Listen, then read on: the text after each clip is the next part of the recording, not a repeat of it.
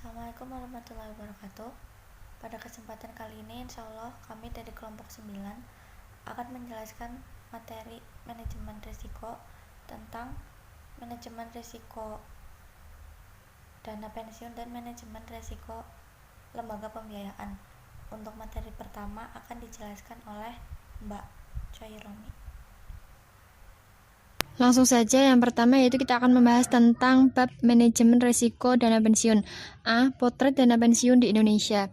Dana pensiun di Indonesia tidak hanya diberikan kepada mereka yang sudah pensiun, akan tetapi juga diberikan kepada karyawan yang masih aktif bekerja saat mereka berhenti bekerja dan ketika telah pensiun. Dana pensiun ini bisa meliputi untuk pendidikan anak, dana perumahan, dana ibadah keagamaan, dana santunan cacat, dana santunan kematian, santunan kesehatan, pesangon, dan manfaat tambahan lainnya. B. Penerapan manajemen risiko dana pensiun. Terhitung mulai 1 Januari 2016, Otoritas Jasa Keuangan telah mewajibkan seluruh lembaga dana pensiun di Indonesia untuk menerapkan manajemen risiko. Penerapan manajemen risiko tersebut yaitu meliputi yang pertama, risiko strategi, kedua, risiko operasional, ketiga, risiko aset dan liabilitas, keempat, risiko kepengurusan, kelima, risiko tata kelola, keenam, risiko dukungan dana. Lanjut, ada beberapa poin penting yang harus diperhatikan saat menerapkan manajemen risiko dana pensiun di Indonesia, yaitu 1. Pengawasan aktif Dewan Komisaris dan Direksi Dana Pensiun. Kewenangan dan tanggung jawab Dewan Komisaris yaitu pertama, mengarahkan dan menyetujui kebijakan manajemen risiko, kedua, mengevaluasi kebijakan dan strategi manajemen risiko, ketiga, mengevaluasi pertanggungjawaban direksi dan memberikan arahan, yang keempat, membentuk komite pemantauan risiko. Kewenangan dan tanggung jawab direksi yaitu pertama, menyusun kebijakan strategi dan kerangkanya, kedua, memantapkan dan mengidentifikasi serta mengukur risiko, ketiga, menyusun dan menetapkan mekanisme persetujuan transaksi. Selanjutnya mengenai sumber daya manusia. Di sini direksi harus memastikan bahwa SDM cukup baik itu secara kuantitas dan kualitas. Selanjutnya, organisasi manajemen risiko. Di sini direksi harus membentuk struktur organisasi yang jelas akan tugas dan tanggung jawabnya terkait dengan manajemen risiko. Yang kedua yaitu kecukupan kebijakan prosedur dan penetapan limit. Yang pertama ada strategi manajemen risiko dana pensiun. Tujuan strategi ini adalah memastikan bahwa dana pensiun dikelola dengan baik sesuai dengan perundang-undangan. Yang kedua yaitu tingkat risiko yang akan diambil dan ditoleransi, yaitu merupakan tingkat dan jenis risiko yang diambil oleh dana pensiun demi mencapai sasaran dana pensiun. Yang ketiga yaitu kebijakan manajemen risiko. Kebijakan tersebut yaitu meliputi A. Penetapan risiko yang ada pada produk dan transaksi dana pensiun. Yang B. Penetapan metode identifikasi, pengukuran, pemantauan, pengendalian risiko. Yang C. Penetapan data yang harus dilaporkan. D. Penetapan kewenangan dan limit secara berjenjang, dan lain-lain. Keempat yaitu ada limit. Limit ditentukan dengan mempertimbangkan tingkat risiko, toleransi risiko, dan strategi dengan memperhatikan kemampuan pendanaan pensiun. Yang ketiga yaitu ada kecukupan proses identifikasi, pengukuran, pemantauan, dan pengendalian risiko. Hal ini merupakan bagian penting dalam menerapkan manajemen risiko dana pensiun. Yang keempat ada sistem informasi manajemen risiko. Sistem ini digunakan untuk membantu dalam melaksanakan proses identifikasi, pengukuran, pemantauan, dan pengendalian risiko. Yang kelima ada sistem pengendalian intern yang menyeluruh. SPI dapat membantu dana pensiun untuk menjaga asetnya, menjamin adanya laporan keuangan dan manajerial yang terpercaya, serta mengurangi risiko seperti kerugian, penyimpangan, dan pelanggaran. Selanjutnya C. Risiko strategi. Risiko strategi adalah potensi kegagalan dana pensiun dalam menerapkan kewajibannya akibat ketidaklayakan atau kegagalan dalam perencanaan, pelaksanaan strategi, dan kesalahan dalam pengambilan keputusan. Proses manajemen risiko strategi dana pensiun ada 4 yaitu pertama, identifikasi risiko strategi dana pensiun. Di sini dana pensiun harus mengidentifikasi mengenai penyimpangan yang ada. Selain itu juga harus menganalisis risiko strategi mengenai sumber dayanya, misalnya seperti strategi ke pangsa pasar yang baru. Yang kedua, pengukuran risiko strategi dana pensiun. Hal-hal yang diukur yaitu kondisi lingkungan bisnis, posisi strategi dana pensiun, penyusunan dan penetapan strategi, dan penerapan rencana strategi. Yang ketiga, ada pemantauan risiko strategi. Hal-hal yang perlu dipantau yaitu mengenai pengalaman kerugian di masa lalu yang disebabkan adanya penyimpangan dalam pelaksanaan strategi. Pemantauan ini dilakukan oleh direksi, misalnya seperti kelemahan dana pensiun dan kondisi yang berpengaruh. Yang keempat, ada pengendalian risiko strategi dana pensiun. Hal ini dilakukan bertujuan untuk memantau pelaksanaan strategi, pengambilan keputusan, dan respon dana pensiun karena adanya perubahan eksternal. Poin D yaitu ada risiko operasional. Sumber risiko operasional adalah struktur organisasi, SDM, volume, dan beban kerja, tingkat kompleksitas dana pensiun yang tinggi, STI yang tidak memadai, kecurangan dari dana pensiun, masalah hukum, dan gangguan terhadap kegiatan usaha. Proses manajemen risiko operasional ada 4, yaitu pertama, identifikasi risiko operasional. Hal-hal yang perlu diidentifikasi yaitu 1. Struktur organisasi dana pensiun, budaya risiko, manajemen SDM, perubahan organisasi dan tingkat perputaran karyawan. Yang kedua, karakteristik peserta dana pensiun, produk dan aktivitas. Ketiga, desain dan implementasi dari sistem dan program yang digunakan. Keempat, lingkungan eksternal, tren industri, struktur pasar, termasuk kondisi sosial politik. Yang kedua, ada pengukuran risiko operasional. Bisa digunakan indikator ukuran dan struktur organisasi, SDM, pengembangan bisnis baru, penggunaan jasa pihak ketiga. Yang ketiga yaitu ada pemantauan risiko. Pemantauan dilakukan dengan cara menerapkan sistem pengendalian intern dan menyiapkan laporan yang berisi kerugian akibat risiko operasional. Dan yang keempat yaitu pengendalian risiko. Memantau penerapan strategi, pengambilan keputusan, dan respon dana pensiun akibat adanya perubahan eksternal dan melaporkan penyimpangan. Lanjut slide berikutnya yaitu risiko aset dan liabilitas. Risiko ini muncul karena pengelolaan aset dan liabilitas yang dilakukan dengan tidak baik sehingga aset dan liabilitas tidak memadai. Penerapan manajemen risiko aset dan liabilitas dana pensiun harus mencakup hal-hal berikut ini, yaitu pertama, pengawasan aktif direksi dan dewan komisaris. Di sini, direksi harus memastikan bahwa aset ditempatkan pada investasi yang sesuai dengan kebijakan manajemen risiko dana pensiun. Yang kedua, memastikan kecukupan dana pensiun. Yang ketiga, memastikan bahwa tidak akan ada ketidaksesuaian antara aset dengan liabilitas akibat keadaan ekonomi yang tidak menentu. Mengenai SDM-nya, direksi harus memastikan bahwa dalam mengelola risiko aset dan liabilitas memiliki SDM yang memadai secara kualitas maupun kuantitas. Dan mengenai organisasi manajemen risiko aset dan liabilitasnya, di sini dana pensiun harus memiliki komite khusus untuk menangani aset dan liabilitas. Contohnya seperti komite pengelolaan investasi. Yang kedua yaitu mengenai kecukupan, kebijakan, prosedur, dan limit. Yang pertama ada strategi manajemen risiko. Di sini dana pensiun harus mencatat dan mengevaluasi aset dan liabilitas. Yang kedua, direksi dan manajemen memantau aset dan liabilitas yang dimiliki dana pensiun. Yang ketiga, dana pensiun mengevaluasi investasi yang tidak tercatat di bursa. Yang keempat, dana pensiun melakukan investasi dan pemetaan terhadap aset untuk mengetahui aset yang liquid.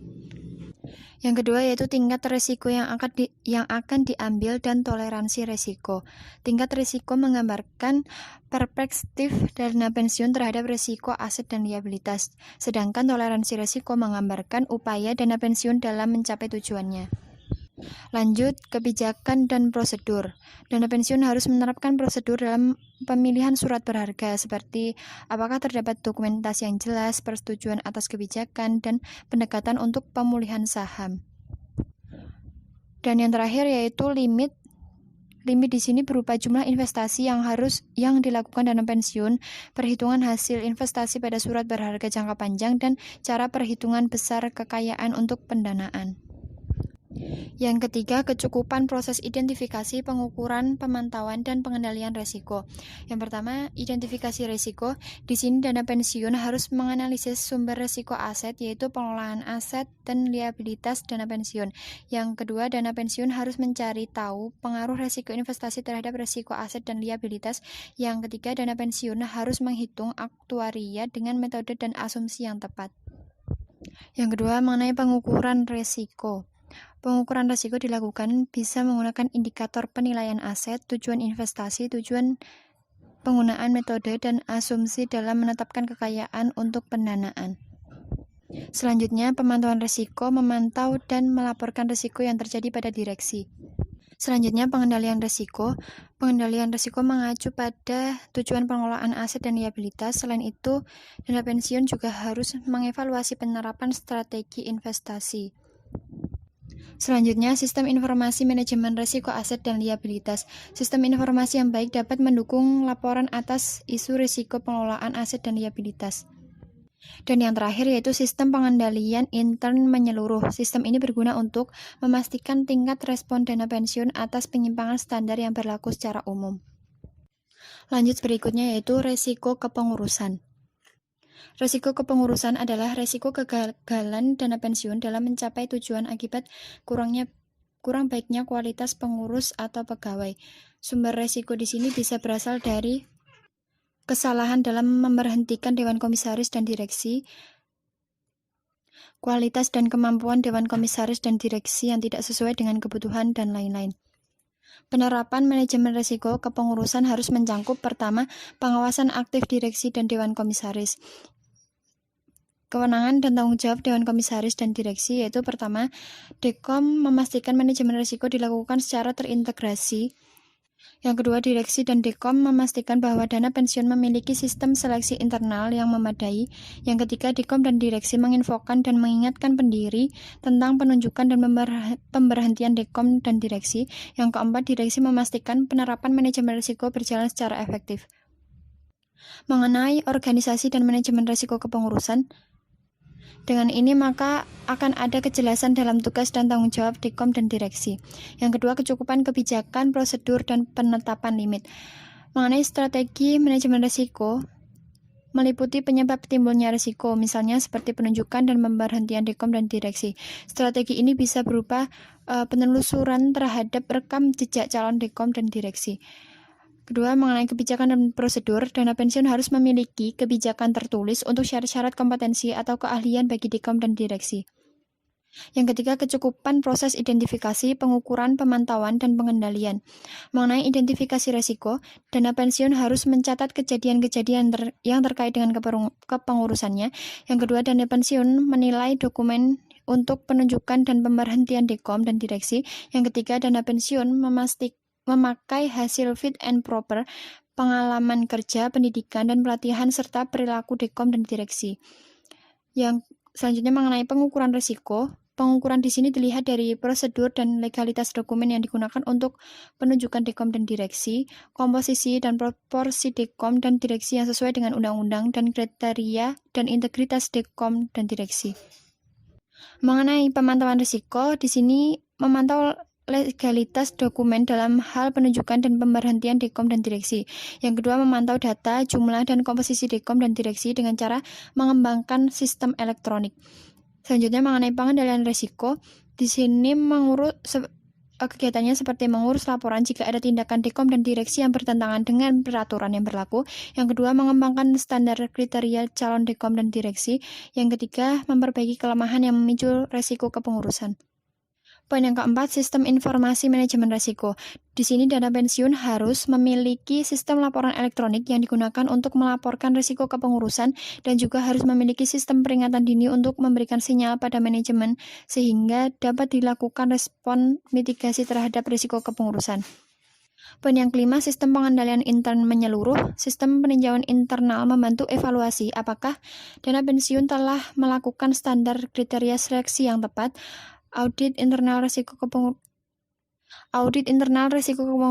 mencakup identifikasi apakah aktivitas seleksi telah berjalan sesuai dengan peraturan. Selanjutnya, strategi yang ketujuh, risiko tata kelola Risiko tata kelola adalah potensi kegagalan dalam pelaksanaan tata kelola yang baik, ketidaktepatan gaya manajemen, lingkungan pengendalian, dan perilaku dari setiap pihak yang terlibat langsung atau tidak langsung dengan dana pensiun. Tujuan manajemen risiko tata kelola adalah meminimalkan risiko tidak terlaksananya tata kelola yang baik di dana pensiun. Penerapan manajemen risiko untuk risiko tata kelola sedikitnya harus mencakup 1. Pengawasan aktif Dewan Komisaris dan Direksi Dana Pensiun. Dewan Komisaris dan Direksi harus memastikan bahwa manajemen risiko tata kelola yang dilakukan terintegrasi dengan manajemen risiko lainnya. Dewan Komisaris harus memantau efektivitas pelaksanaan fungsi tata kelola pada dana pensiun dan diikuti semua pihak dalam dana pensiun. Dewan Komisaris menyusun laporan kegiatan Dewan Komisaris yang merupakan bagian dari laporan penerapan tata kelola dana pensiun yang baik. Dewan Komisaris harus menyelenggarakan rapat Dewan Komisaris. Yang kedua, kecukupan kebijakan, prosedur, dan penetapan limit dibagi menjadi 3. 1. Strategi manajemen risiko. Strategi manajemen risiko tata kelola harus mencakup strategi untuk seluruh aktivitas yang memiliki exposure risiko tata kelola yang signifikan. Strategi ini harus sejalan dengan tujuan dana pensiun untuk melaksanakan tata kelola dana pensiun yang baik. Strategi mencakup nilai strategis dana pensiun, antara lain keterbukaan, akuntabilitas, dan responsibilitas. Dana pensiun harus memiliki strategi pengelolaan risiko sehingga dapat meningkatkan nilai tata kelolanya. Yang kedua, kebijakan dan prosedur. Dana pensiun harus memiliki sistem yang dapat mengidentifikasi, menilai, dan mengukur kecukupan dan efektivitas penerapan tata kelola di dana pensiun. Dana pensiun harus memiliki satuan kerja yang memantau penerapan nilai dana pensiun pada seluruh elemen dana pensiun. Dana pensiun harus memiliki rencana kerja untuk melaksanakan tata kelola dana pensiun yang baik, meliputi pedoman tata kelola, keterbukaan, akuntabilitas, responsibilitas, independensi, kewajaran dan kesetaraan, dan manajemen risiko. Yang ketiga, limit. Limit yang tertera di dana pensiun adalah limit yang ditentukan berdasarkan self-assessment yang dilakukan oleh dana pensiun, misalnya limit transparansi penerapan tata kelola dana pensiun yang baik. Dana pensiun dapat menentukan batasan mengenai sejauh mana dana pensiun transparan dalam menerapkan tata kelola dana pensiun. Lanjut yang ketiga, kecukupan proses identifikasi, pengukuran, pemantauan, dan pengendalian risiko. Yang pertama, identifikasi risiko. Dana pensiun harus melakukan identifikasi atau analisis terhadap beberapa faktor yang dapat meningkatkan exposure risiko tata kelola. Contohnya, ketersediaan dan kelengkapan pemanduan tata kelola, keterbukaan dalam pengungkapan dan penyediaan informasi yang relevan mengenai dana pensiun.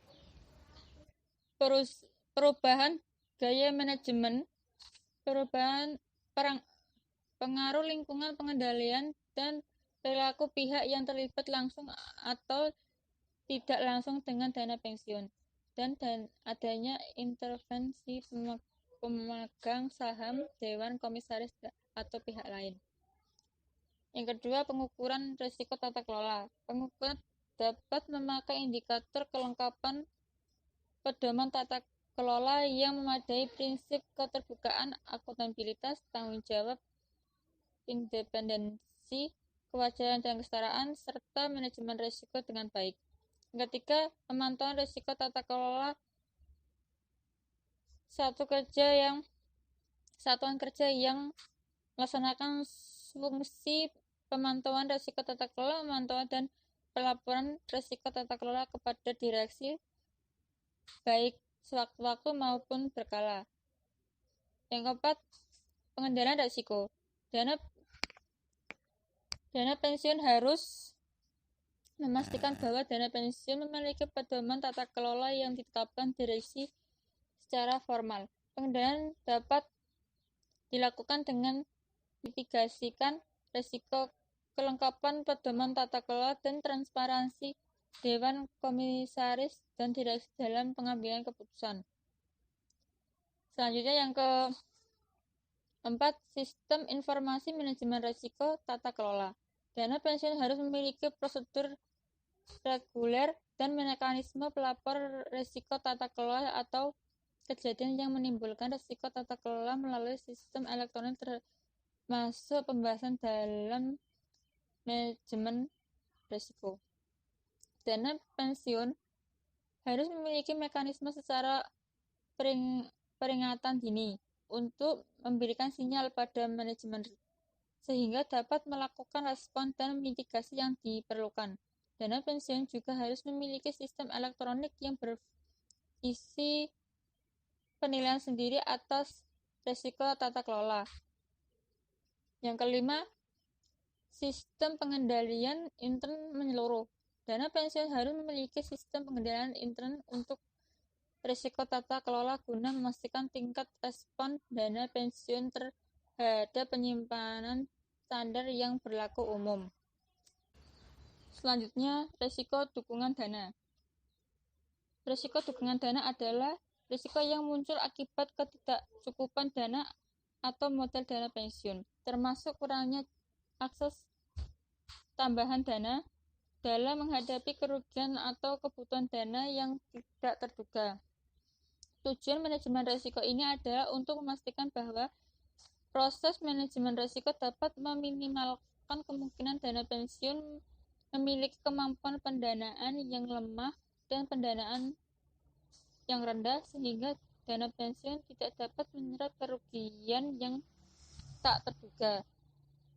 Penerapan manajemen risiko dukungan dana setidaknya harus mencakup 1. Pengawasan aktif Dewan Komisaris dan Direksi Dana Pensiun. Yang pertama, kewenangan dan tanggung jawab Dewan Komisaris dan Direksi. Dewan Komisaris dan Direksi harus memastikan bahwa manajemen risiko dukungan dana yang dilakukan terintegrasi dengan manajemen risiko lain. Yang kedua, organisasi manajemen risiko dukungan dana. Dana pensiun harus memiliki fungsi manajemen risiko dukungan dana dengan wewenang dan tanggung jawab yang jelas untuk masing-masing satuan kerja yang melaksanakan fungsi manajemen risiko dukungan dana. Selanjutnya yang kedua, kecukupan kebijakan, prosedur, dan penetapan limit. Bagi menjadi 3. 1. Strategi manajemen risiko. Direksi harus melakukan pemantauan dana sebagai bentuk antisipasi ketika terjadi kerugian tak terduga. Dewan Komisaris melakukan pemantauan investasi dana pensiun. Dana pensiun harus memastikan kualitas pendanaan dana pensiun telah sesuai dengan ketentuan berlaku dan cukup untuk mengatasi kerugian tidak terduga. Yang kedua, kebijakan dan prosedur. Kebijakan harus memuat kebijakan pengelolaan dukungan dana, kebijakan mengenai penetapan iuran, serta kebijakan minimum kualitas pendanaan dana pensiun. Dana pensiun harus memiliki kemudahan dalam akses ke pendiri dan pemberi kerja dalam rangka menambah pendanaan. Dana pensiun memiliki prosedur dalam melakukan permintaan untuk penambahan dana. Dana pensiun memiliki kebijakan mengenai pemanfaatan profitabilitas yang berasal dari investasi. Yang ketiga, limit. Penetapan limit ditetapkan berjenjang atas setiap level organisasi dana pensiun, misalnya limit keseluruhan, limit penambahan pendanaan, limit rasio solvabilitas, dan limit kemampuan pendanaan. Yang ketiga, kecukupan proses identifikasi pengukuran, pemantauan, dan pengendalian. Yang pertama, identifikasi risiko. Dana pensiun harus mengidentifikasi dan menganalisis faktor yang bisa meningkatkan eksposur risiko dukungan dana seperti jumlah dan materialitas kerugian tak terduga dana pensiun akibat produk dan program pensiun. Yang kedua, pengukuran risiko. Alat untuk mengukur risiko dukungan dana adalah dengan memakai indikator kemampuan pendanaan dana pensiun yang lemah dan tambahan pendanaan dana pensiun yang rendah. Yang ketiga, pemantauan risiko. Dana pensiun harus memiliki nilai sendiri, kualitas, dan kemampuan sumber dukungan dana dalam rangka memenuhi kewajiban dengan memperhatikan kriteria kualitas pendanaan yang ditetapkan regulator dan faktor lainnya yang relevan. Yang keempat, pengendalian risiko. Dana pensiun harus melakukan evaluasi berkala rasio keuangan dana pensiun, seperti rasio likuiditas, kewajiban aktuaria, dan kewajiban solvabilitas. Dana pensiun memantau dan mengendalikan posisi pendanaan dana pensiun. Dana pensiun melakukan rencana bisnis dan proyeksi kewajiban aktuaria. Selanjutnya yang keempat, sistem informasi manajemen risiko dukungan dana. Dana pensiun memiliki sistem untuk menyampaikan kecukupan pendanaan dan dana pensiun kepada pendiri. Sistem informasi manajemen risiko dukungan dana harus bisa memfasilitasi dana pensiun untuk memastikan kecukupan dana pensiun dalam memenuhi risiko yang ada. Yang kelima, sistem pengendalian intern yang menyeluruh. Sistem pengendalian intern diperlukan memastikan tingkat respon dana pensiun terhadap hasil investasi yang buruk. Selanjutnya, step yang ke-8, manajemen risiko lembaga pembiayaan. Yang A, potret bisnis lembaga pembiayaan di Indonesia. Perkembangan situasi makroekonomi Indonesia harus diakui memiliki pengaruh terhadap optimisme pertumbuhan industri lembaga pembiayaan. Selain situasi ekonominya, punya program tax amnesty dan infrastruktur. Pemerintah akan berdampak positif bagi yang industri lembaga pembiayaan dalam menggenjot pendapatan lebih tinggi. Yang B, penerapan manajemen risiko lembaga pembiayaan. Terhitung pada tanggal 1 Januari 2016, industri lembaga pembiayaan Indonesia telah memasuki babak baru dalam penerapan manajemen risiko lembaga pembiayaannya.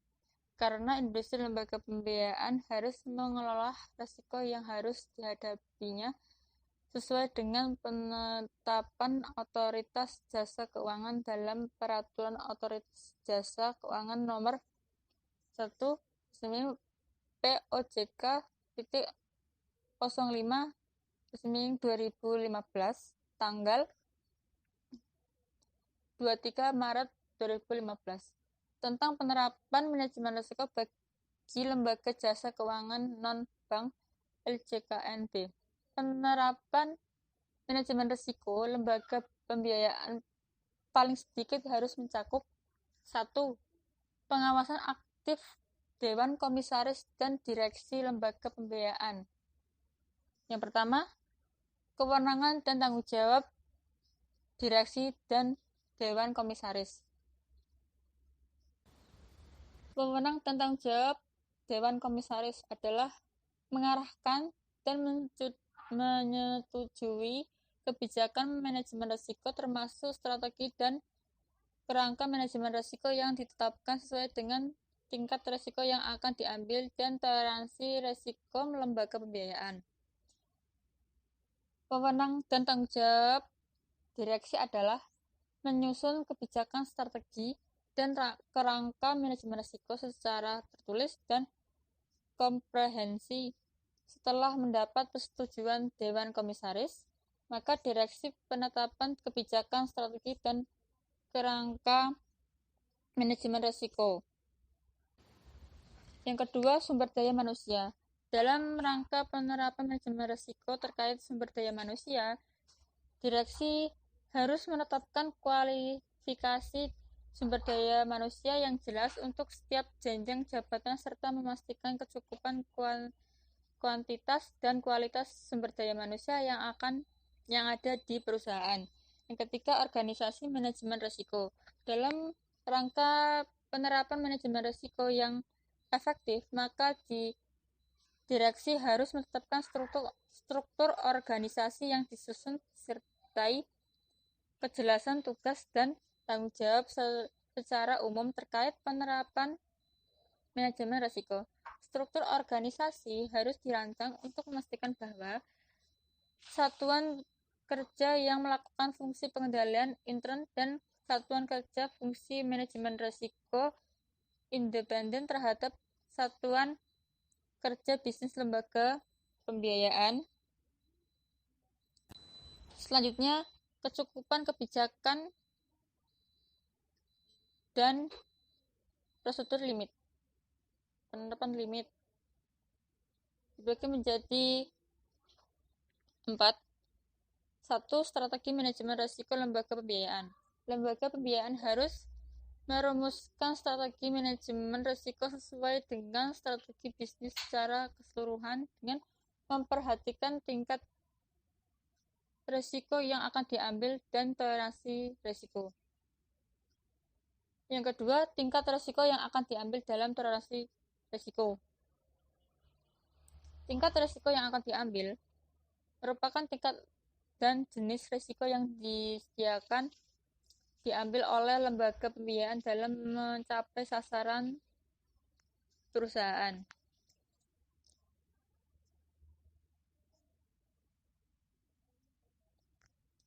Yang ketiga, kebijakan dan prosedur. Kebijakan manajemen risiko merupakan arahan tertulis dalam menerapkan manajemen risiko dan harus sejalan dengan visi misi dan strategi bisnis lembaga pembiayaan, dan dalam penyusunannya harus dikoordinasikan dengan fungsi atau satuan kerja terkait. Yang terakhir, limit. Lembaga pembiayaan harus memiliki limit risiko yang sesuai dengan tingkat risiko yang akan diambil, toleransi risiko, dan strategi lembaga pembiayaan dengan memperhatikan modal lembaga pembiayaan untuk menyerap eksposur risiko atau kerugian yang timbul, pengalaman kerugian masa lalu, kemampuan SDM, dan kepatuhan ketentuan eksternal. Selanjutnya yang ketiga, kecukupan proses identifikasi, pengukuran, pemantauan, dan pengendalian risiko. Identifikasi, pengukuran, pemantauan, dan pengendalian risiko adalah bagian utama dari proses penerapan manajemen risiko lembaga pembiayaan. Yang keempat, sistem informasi manajemen. Sistem informasi manajemen merupakan bagian dari sistem informasi manajemen yang harus dimiliki dan dikembangkan sesuai dengan kebutuhan perusahaan dalam rangka penerapan manajemen risiko efektif. Sistem informasi manajemen risiko digunakan untuk mendukung pelaksanaan proses identifikasi, pengukuran, dan pemantauan dan pengendalian risiko. Yang kelima, sistem pengendalian intern yang menyeluruh. Proses penerapan manajemen risiko yang efektif harus dilengkapi dengan sistem pengendalian intern yang handal. Penerapan sistem pengendalian intern yang efektif dapat membantu lembaga pembiayaan dalam menjaga asetnya, menjamin tersedianya pelaporan keuangan dan manajerial yang dapat dipercaya, meningkatkan kepatuhan lembaga pembiayaan terhadap ketentuan dan peraturan perundang-undang yang berlaku, serta mengurangi risiko terjadi kerugian, penyimpangan, dan pelanggaran aspek kehati-hatian. Selanjutnya, set yang ke-10, resiko strategi. Resiko strategi adalah potensi kegagalan lembaga pembiayaan dalam pencapaian tujuan perusahaan akibat ketidaklayakan atau kegagalan dalam melakukan perencanaan, penetapan, dan pelaksanaan strategi, pengambilan keputusan bisnis yang tepat, dan kurangnya responsifnya lembaga pembiayaan terhadap perubahan eksternal. Tujuan utama manajemen risiko strategis lembaga pembiayaan adalah minimalkan kemungkinan terjadinya risiko strategi yang berdampak pada bisnis lembaga pembiayaan. Proses manajemen risiko strategi lembaga pembiayaan. 1. Identifikasi risiko strategi lembaga pembiayaan. Lembaga pembiayaan harus mengidentifikasi dan mengarsip penyimpangan sebagai akibat tidak terrealisasinya atau tidak efektifnya pelaksanaan strategi usaha maupun rencana bisnis yang telah ditetapkan, terutama yang berdampak signifikan terhadap kegiatan usaha lembaga pembiayaan. Yang kedua, pengukuran risiko strategi lembaga pembiayaan. Dalam mengukur risiko strategi, dapat menggunakan indikator kesesuaian strategi yang dengan kondisi lingkungan bisnis, posisi strategi perusahaan, proses penyusunan dan penetapan strategis, dan penerapan rencana strategi.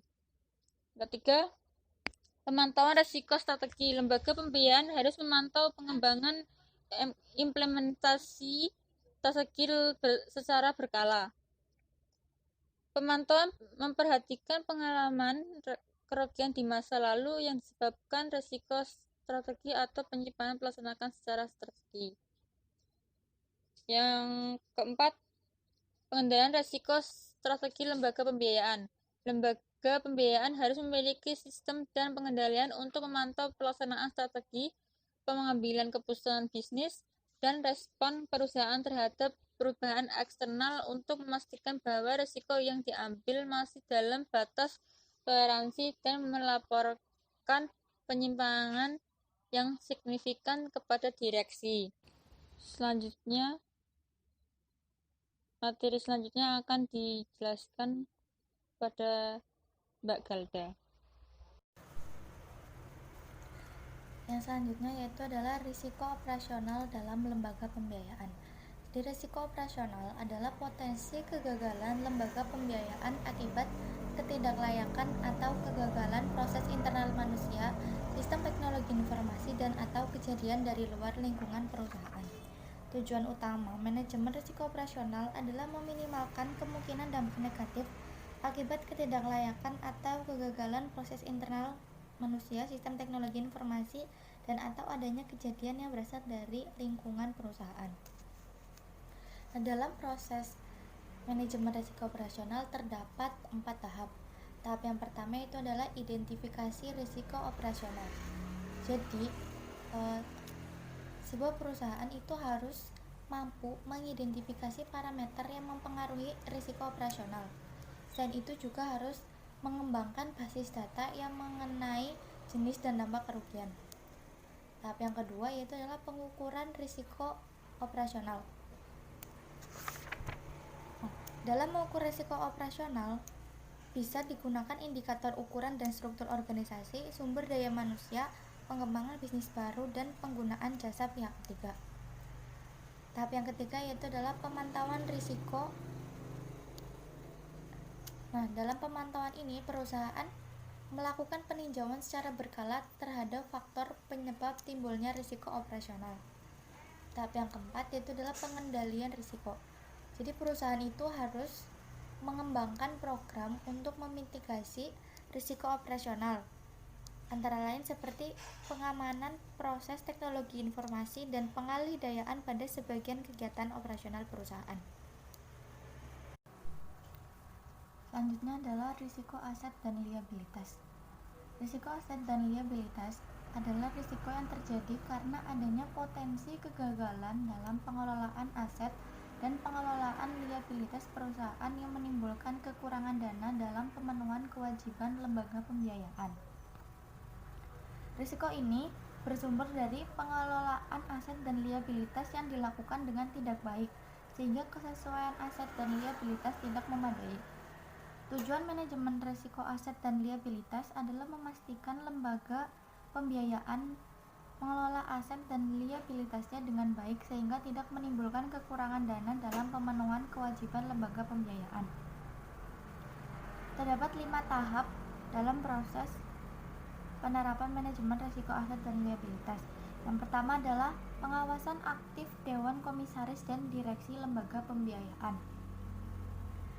Jadi Dewan Komisaris harus memastikan bahwa pengelolaan aset dan liabilitas dilakukan secara baik agar tidak mempengaruhi bisnis lembaga pembiayaan secara negatif. Selain itu, direksi juga harus memastikan bahwa kebijakan dan prosedur manajemen risiko aset dan liabilitas telah menyangkut penyaluran pembiayaan harian, jangka menengah, dan jangka panjang.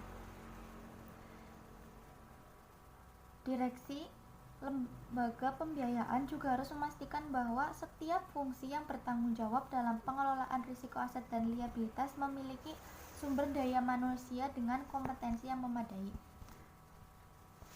Selain itu, lembaga pembiayaan juga harus memiliki komite khusus yang menangani aset dan liabilitas.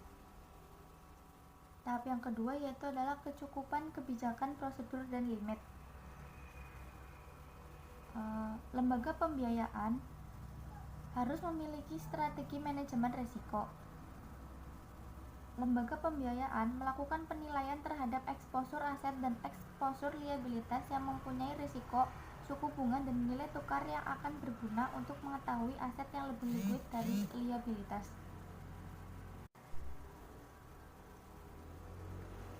Tingkat risiko yang akan diambil dan toleransi risiko yang bisa diterima oleh perusahaan itu harus menggambarkan upaya lembaga pembiayaan dalam mencapai tujuannya dan sesuai dengan pernyataan risk appetite yang telah ditetapkan, seperti persentase portofolio penyertaan langsung, penetapan target laba periode yang akan datang, dan target penyaluran pembiayaan. Dalam kebijakan dan prosedur pengelolaan aset dan liabilitas paling sedikit mencangkup komposisi aset dan liabilitas, tingkat aset yang dapat dipelihara lembaga pembiayaan, serta limit risiko aset dan liabilitas. Lembaga pembiayaan harus memiliki prosedur penetapan dan peninjauan arahan penyaluran pembiayaan. Perusahaan memiliki prosedur penyusunan dan penetapan rencana pembiayaan tahunan. Limit risiko aset dan liabilitas juga harus konsisten dan relevan dengan komposisi aset dan liabilitas lembaga pembiayaan. Kebijakan limit harus diterapkan secara konsisten dan konsekuen untuk mengelola risiko aset dan liabilitas. Tahap yang ketiga yaitu adalah kecukupan proses identifikasi, pengukuran, pemantauan, dan pengendalian risiko. Identifikasi risiko. Lembaga pembiayaan harus melakukan analisis sumber risiko aset. Lembaga pembiayaan harus melakukan analisis untuk mengetahui jumlah aset yang dimiliki dan jumlah liabilitas yang harus dipenuhi perusahaan sehingga tidak terjadi ketidaksesuaian aset dan liabilitas. Lembaga pembiayaan juga harus melakukan analisis untuk mengetahui pengaruh piutang terhadap risiko aset dan liabilitas. Dalam pengukuran risiko, lembaga pembiayaan bisa memakai indikator potensi kerugian akibat risiko suku bunga dan nilai tukar, rasio piutang pembiayaan terhadap total aset, ketidaksesuaian antara aset dan liabilitas dalam mata uang asing, dan penilaian eksposur aset dan liabilitas yang mempunyai risiko suku bunga dan nilai tukar. Kemudian dalam pemantauan risiko, satuan kerja yang melaksanakan fungsi manajemen risiko aset dan liabilitas memantau dan melaporkan risiko yang terjadi pada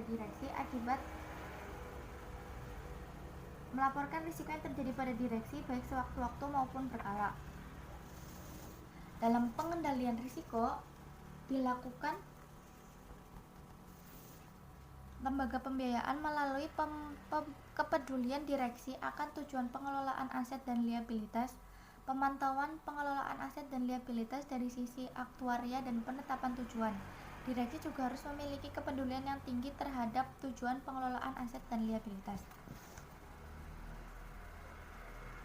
Tahap yang keempat adalah sistem informasi manajemen risiko aset dan liabilitas. Kebijakan lembaga pembiayaan dalam pengelolaan aset dan liabilitas ini dilakukan melalui sistem elektronik. Lembaga pembiayaan harus menggunakan otomatisasi dalam melakukan penilaian aset dan liabilitas. Kemudian tahap yang kelima yaitu adalah sistem pengendalian intern yang menyeluruh. Jadi lembaga pembiayaan perlu memiliki sistem pengendalian intern untuk risiko aset dan liabilitas untuk memastikan tingkat responsif lembaga pembiayaan terhadap penyimpangan standar yang berlaku secara umum. Yang selanjutnya adalah risiko kepengurusan. Risiko kepengurusan adalah risiko kegagalan lembaga pembiayaan dalam mencapai tujuan akibat kegagalan lembaga pembiayaan dalam memelihara komposisi terbaik pengurus yang memiliki kompetensi dan integritas tinggi. Risiko kepengurusan dapat meningkat karena tidak tersedianya sistem remunerasi memadai bagi dewan komisaris dan direksi. Tujuan manajemen risiko kepengurusan adalah memastikan lembaga pembiayaan memelihara komposisi dewan komisaris dan direksi terbaik yang memiliki kompetensi dan integritas yang tinggi sehingga lembaga pembiayaan dapat mencapai tujuannya. Dalam proses penerapan manajemen risiko kepengurusan terdapat 5 tahap. Tahap yang pertama yaitu adalah pengawasan aktif direksi dan dewan komisaris. Jadi dewan direksi dan komisaris memiliki kewenangan dan tanggung jawab yang harus dijalankan dan dipertanggungjawabkan. Dewan komisaris dan direksi harus memastikan bahwa manajemen risiko kepengurusan dilakukan terintegrasi dengan manajemen risiko lain, dan juga lembaga pembiayaan memiliki sistem seleksi internal yang telah memadai dan diterapkan secara terus-menerus.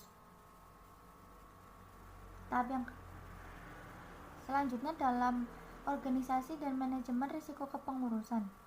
Kejelasan tugas dan tanggung jawab Dewan Komisaris dan Direksi berdasarkan kompetensi dan keahlian yang dimiliki sehingga Dewan Komisaris dan Direksi adaptif terhadap kebutuhan pasar yang selalu berubah dan metode untuk memastikan bahwa Dewan Komisaris dan Direksi yang ditetapkan oleh pengendali tidak memiliki benturan kepentingan terhadap aktivitas bisnis lembaga pembiayaan.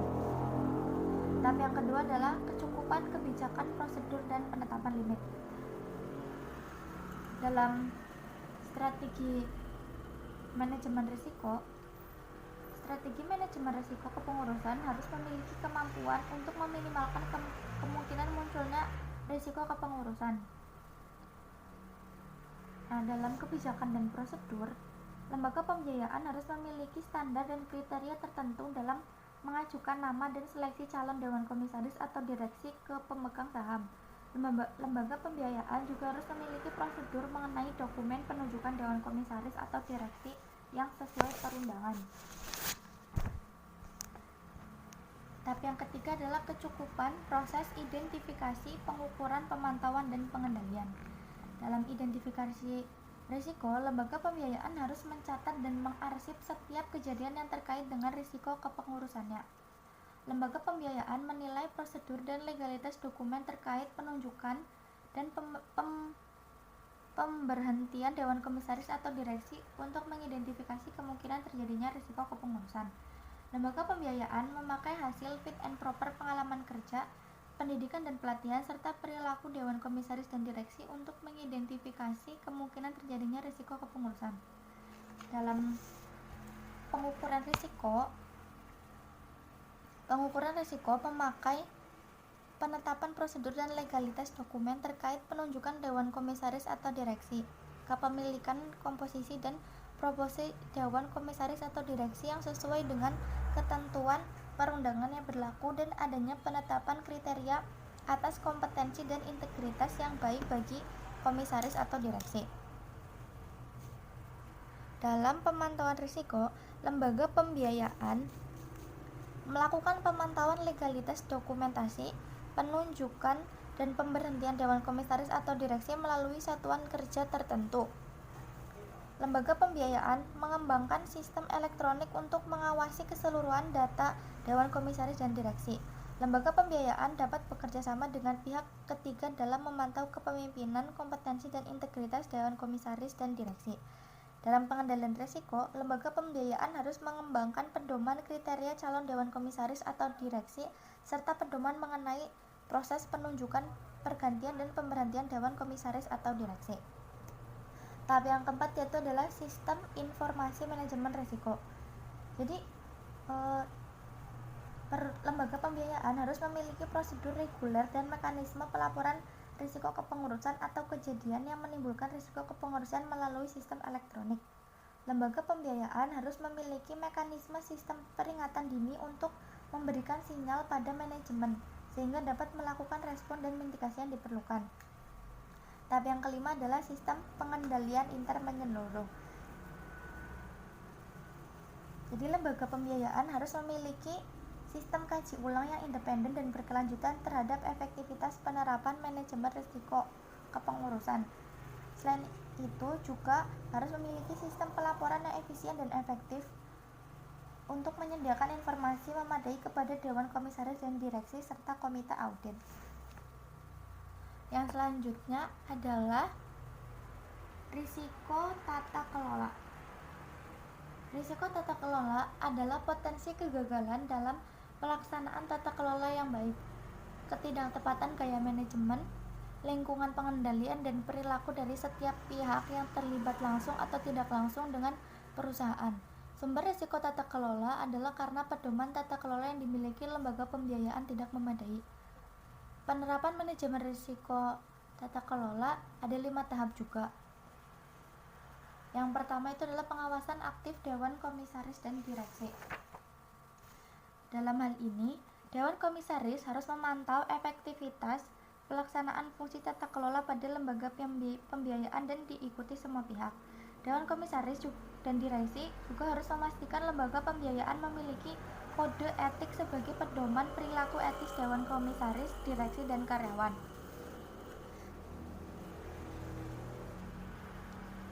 Tahap yang kedua adalah kecukupan kebijakan, prosedur, dan penetapan limit. Jadi lembaga pembiayaan harus memiliki strategi yang mencakup nilai strategis dari lembaga pembiayaan, antara lain keterbukaan, akuntabilitas, dan penanggung-jawaban. Kebijakan dan prosedur lembaga pembiayaan juga harus memiliki sistem yang dapat mengidentifikasi, menilai, dan mengukur kecukupan dan efektivitas penerapan tata kelola di lembaga pembiayaan. Limit yang ditetapkan di lembaga pembiayaan adalah limit yang ditentukan berdasarkan self-assessment yang dilakukan oleh lembaga pembiayaan. Lembaga pembiayaan dapat menentukan batasan mengenai sejauh mana lembaga pembiayaan transparan dalam penetapan tata kelola lembaga pembiayaan. Tahap yang ketiga adalah kecukupan proses identifikasi, pengukuran, pemantauan, dan pengendalian risiko. Dalam identifikasi risiko, lembaga pembiayaan harus melakukan identifikasi atau analisis terhadap beberapa faktor yang dapat meningkatkan eksposur risiko tata kelola. Dalam pengukuran risiko dan tata kelola, lembaga pembiayaan dapat memakai indikator kelengkapan pedoman tata kelola yang memadai, prinsip keterbukaan, akuntabilitas, pertanggungjawaban, independensi, kewajaran, dan kesetaraan, serta manajemen risiko dengan baik. Dalam pemantauan risiko dan tata kelola, lembaga pembiayaan harus memiliki satuan kerja yang melaksanakan fungsi pemantauan risiko tata kelola, memantau dan melaporkan risiko tata kelola kepada direksi, baik sewaktu-waktu maupun berkala. Dalam pengendalian risiko, lembaga pembiayaan harus memastikan bahwa perusahaan memiliki pedoman tata kelola yang ditetapkan direksi secara formal. Pengendalian dapat dilakukan dengan memitigasi risiko, adanya kelengkapan pedoman tata kelola, dan transparansi Dewan Komisaris dan Direksi dalam mengambil keputusan. Tahap yang keempat yaitu adalah sistem informasi manajemen tata kelola. Jadi lembaga pembiayaan harus memiliki prosedur reguler dan mekanisme pelaporan risiko tata kelola atau kejadian yang menimbulkan risiko tata kelola melalui sistem elektronik, termasuk pembahasan dalam rapat manajemen. Tahap yang kelima yaitu adalah sistem pengendalian inter menyeluruh. Lembaga pembiayaan harus memiliki sistem pengendalian intern untuk risiko tata kelola guna memastikan tingkat respon perusahaan terhadap penyimpangan standar yang berlaku umum. Yang selanjutnya adalah risiko dukungan dana. Risiko dukungan dana adalah risiko yang muncul akibat ketidakcukupan dana atau modal lembaga pembiayaan, termasuk kurangnya akses tambahan dana atau modal dalam menghadapi kerugian atau kebutuhan dana atau modal yang tidak terduga. Risiko dukungan dana bersumber dari kemampuan pendanaan yang lemah dan tambahan pendanaan permodalan yang rendah. Tujuan manajemen risiko ini adalah untuk memastikan bahwa proses manajemen risiko dapat meminimalkan kemungkinan lembaga pembiayaan memiliki kemampuan pendanaan yang lemah dan tambahan pendanaan yang rendah sehingga perusahaan tidak dapat menyerap kerugian yang tak terduga. Dalam proses penerapan manajemennya terdapat 5 tahap. Yang pertama, pengawasan aktif Dewan Komisaris dan Direksi. Jadi Dewan Komisaris dan Direksi harus memastikan bahwa manajemen risiko dukungan dana dilakukan terintegrasi dengan manajemen risiko lain. Lembaga pembiayaan juga harus memiliki fungsi manajemen risiko dukungan dana dengan wewenang dan tanggung jawab yang jelas untuk masing-masing satuan kerja yang melaksanakan fungsi manajemen risiko dukungan dana. Tahap yang kedua adalah kecukupan kebijakan, prosedur, dan penetapan limit. Dalam strategi manajemen risiko, direksi harus melakukan pemantauan dana lembaga pembiayaan sebagai bentuk antisipasi ketika terjadi kerugian tak terduga. Dalam kebijakan dan prosedur, kebijakan harus memuat dengan jelas hasil penilaian kondisi lembaga pembiayaan. Penetapan limit ditetapkan berjenjang atas setiap level organisasi lembaga pembiayaan, misalnya limit keseluruhan, limit tambahan pendanaan, limit rasio tingkat kesehatan keuangan, dan limit kemampuan pendanaan. Tahap yang ketiga yaitu adalah kecukupan proses identifikasi, pengukuran, pemantauan, dan pengendalian risiko. Dalam identifikasi risiko, lembaga pembiayaan harus mengidentifikasi dan menganalisis faktor yang bisa meningkatkan eksposur risiko dukungan dana. Dalam pengukuran risiko, alat untuk mengukur risiko dana adalah dengan memakai indikator kemampuan pendanaan lembaga pembiayaan dan tambahan pendanaan lembaga pembiayaan. Dalam pemantauan risiko, lembaga pembiayaan harus menilai sendiri kualitas dan kecukupan sumber dukungan dana. Lembaga pembiayaan harus melakukan pemantauan kecukupan modal lembaga pembiayaan dan pemantauan ketika rasio kecukupan modal di bawah target minimum yang ditentukan. Dalam pengendalian risiko, lembaga pembiayaan harus melakukan evaluasi berkala untuk rasio pencapaian tingkat kesehatan keuangan lembaga pembiayaan. Lembaga pembiayaan memantau dan mengendalikan posisi modal perusahaan. Tahap yang keempat yaitu adalah sistem informasi manajemen risiko dukungan dana. Jadi, lembaga pembiayaan harus memiliki sistem untuk menyampaikan tingkat solvabilitas dan kecukupan modal lembaga pembiayaan kepada pemegang saham. Tahap yang kelima adalah sistem pengendalian intern yang menyeluruh. Sistem pengendalian intern diperlukan untuk memastikan kemampuan lembaga pembiayaan menghasilkan laba dan tingkat respon perusahaan terhadap hasil investasi yang buruk, kerugian tak terduga, dan lain-lain sebagainya. Nah, selanjutnya adalah risiko pembiayaan. Risiko pembiayaan adalah potensi kegagalan debitur untuk memenuhi kewajiban kepada lembaga pembiayaan. Sumber risiko pembiayaan adalah komposisi portofolio piutang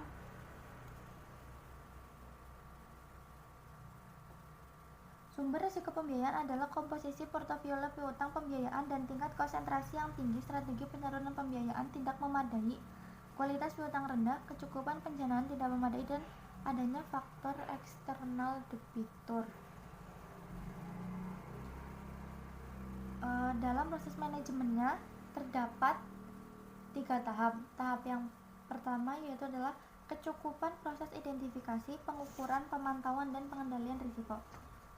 Dalam identifikasi risiko, lembaga pembiayaan melakukan identifikasi sifat, jenis, dan kompleksitas kegiatan usaha termasuk penyaluran pembiayaan. Dalam pengukuran risiko pembiayaan dapat memakai indikator perbandingan risiko piutang dengan total aset atau perbandingan pembiayaan kualitas rendah dengan total pembiayaan.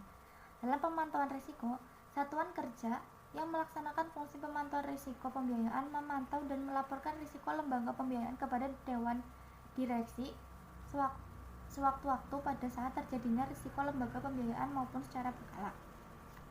Dalam pengendalian risiko pembiayaan Direksi dan manajemen melakukan pemantauan risiko pembiayaan sehingga direksi dan manajemen mengetahui kondisi terkini mengenai profil risiko pembiayaan. Tahap yang kedua yaitu adalah sistem informasi manajemen risiko. Sistem informasi manajemen risiko lembaga pembiayaan harus mampu menyediakan data secara akurat, lengkap, inovatif, tepat waktu, dan dapat diandalkan. Lembaga pembiayaan juga harus memiliki sistem informasi manajemen yang dapat memastikan integritas data yang digunakan dalam perhitungan kewajiban. Tahap yang ketiga yaitu adalah sistem pengendalian intern yang menyeluruh. Jadi, lembaga pembiayaan memiliki sistem kaji ulang yang independen dan berkelanjutan terhadap efektivitas penerapan manajemen risiko pembiayaan. Selain itu, lembaga pembiayaan juga harus memiliki sistem pelaporan yang efisien dan efektif untuk menyediakan informasi yang memadai kepada Dewan Komisaris dan Direksi serta Komite Audit. Demikian yang dapat kami sampaikan. Mohon maaf apabila banyak kesalahan. Terima kasih atas perhatiannya. Sekian dari kami. Assalamualaikum warahmatullahi wabarakatuh.